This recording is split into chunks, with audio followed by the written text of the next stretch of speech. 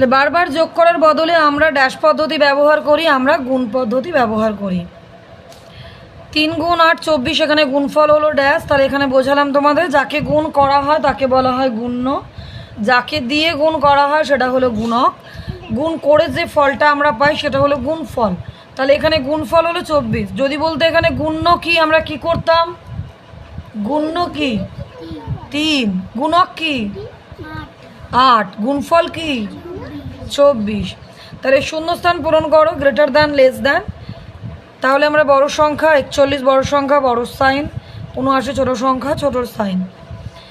আচ্ছা 3 নম্বরও দিয়েছে ছোট থেকে বড় সাজাও। আচ্ছা চিহ্ন দিয়ে ব্যবহার করে সাজাতে বলেছে কিন্তু, হ্যাঁ তুমি এখানে চিহ্ন ব্যবহার করে সাজাওনি, চিহ্ন ব্যবহার করে সাজাতে হতো।